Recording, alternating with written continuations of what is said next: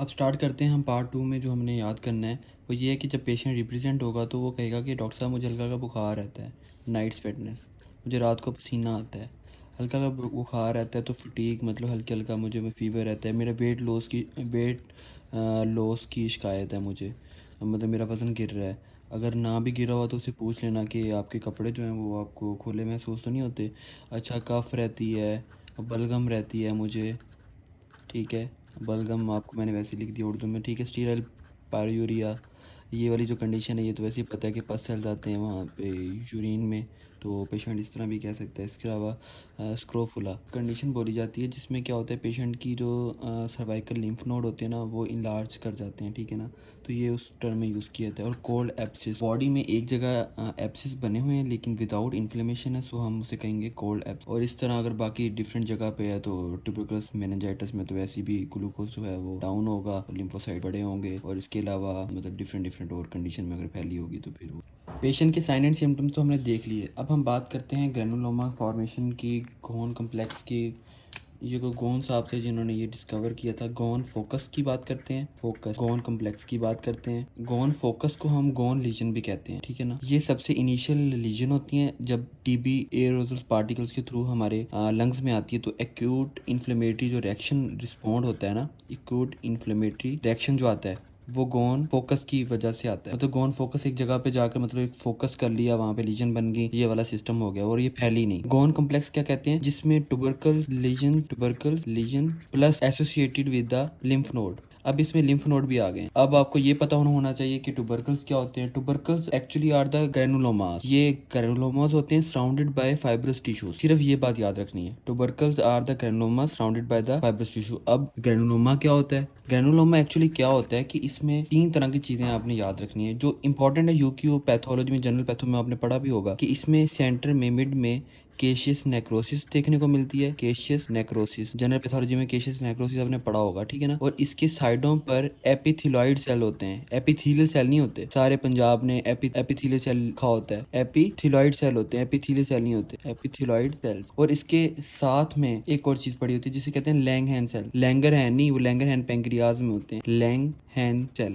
अब ट्यूबरकल क्या है, tubercle actually granuloma which is surrounded by the fibrous tissue. Granuloma क्या है, जिसमें 3 तरह की चीजें देखने को मिलती हैं। Epithelioid cells, caseous necrosis mid में होगी, लैंगहैन सेल नॉट के लैंगरहैन, ये हो गया। और एसोसिएटेड विद लिम्फ नोड, मतलब गोन कम्प्लेक्स आगे फैल गई है। और गोन फोकस जो है वो एक जगह पे फोकस है, एक्यूट इन्फ्लेमेटरी रिएक्शन, मतलब जल्दी जल्दी आया और बैक्टीरिया है और उसने अपने आप को वहां पर जाकर इन्फ्लेमेशन काज करना शुरू कर दी है फैगोसोम में, ठीक है ना। ये आपको अब स्टार्ट करते हैं ट्यूबरकुलस। 3 तरह की चीजें आपने याद रखनी है जो इंपॉर्टेंट है। यूक्यू पैथोलॉजी में, जनरल पैथो में आपने पढ़ा भी होगा कि इसमें सेंटर में मिड में केशियस नेक्रोसिस देखने को मिलती है। केशियस नेक्रोसिस जनरल पैथोलॉजी में केशियस नेक्रोसिस आपने पढ़ा होगा, ठीक है ना। और इसके साइडों पर एपिथेलॉइड सेल होते हैं, एपिथेलियल सेल नहीं होते। सारे पंजाब ने एपिथेलियल होता है, एपिथेलॉइड सेल होते हैं, एपिथेलियल सेल नहीं होते, एपिथेलॉइड सेल। और इसके साथ में एक और चीज पड़ी होती है जिसे कहते हैं लैंगहैन सेल। लैंगरहैन नहीं, वो लैंगरहैन पैंक्रियाज में होते हैं, लैंगहैन सेल। अब ट्यूबरकल क्या है, tubercle actually granuloma which is surrounded by the fibrous tissue. Granuloma क्या है, जिसमें 3 तरह की चीजें देखने को मिलती हैं। Epithelioid cells, caseous necrosis mid में होगी, लैंगहैन सेल्स नॉट के लैंगरहैन, ये हो गया। और एसोसिएटेड विद लिम्फ नोड, मतलब गोन कम्प्लेक्स आगे फैल गई है। और गोन फोकस जो है वो एक जगह पे फोकस है, एक्यूट इन्फ्लेमेटरी रिएक्शन, मतलब जल्दी जल्दी आया और बैक्टीरिया है और उसने अपने आप को वहां पर जाकर इन्फ्लेमेशन काज करना शुरू कर दी है फैगोसोम में, ठीक है ना। ये आपको हमने इसकी बहुत सारी चीज़ें 70% चीज़ें हमने कवर कर ली हुई। अब हमने ट्यूबरकुलन टेस्ट जो है वो करना है, फिर उसका प्रिंसिपल आपको बताते हैं, फिर वैक्सीनेशन, ड्रग्स कौन कौन सी देते हैं, उसके बाद कल्चर कहाँ कराएंगे, डायग्नोस क्या किस तरह करेंगे, से चेस्ट एक्सरे वगैरह क्या क्या यूज़ करेंगे, ठीक है, ये आपको बताते हैं।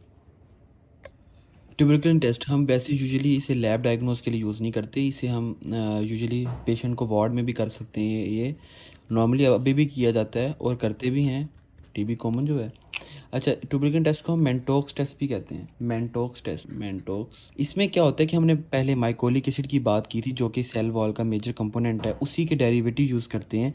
मतलब इसका पीपीडी मतलब क्या है, प्योरीफाइड प्रोटीन डेरिवेटिव। ये क्या यूज़ करते हैं, 5 ट्यूबरकुलिन यूनिट लेते हैं इंट्राडर्मल, 5 ml लेते हैं ट्यूबरकुलिन यूनिट और लगाते कैसे हैं, इंट्राडर्मल लगाते हैं, इंट्राडर्मल। और 48 आवर का इंड्यूरेशन रखते हैं, 48 आवर्स, ड्यूरेशन। इस इंड्यूरेशन में क्या होता है, purified protein derivative mycolic acid के डेरिवेटिव मतलब वहाँ की सेल वॉल के ले लिए, 5 ml लिए, ट्यूबरकुलिन यूनिट लिया, इंटरडर्मल इंजेक्ट किया।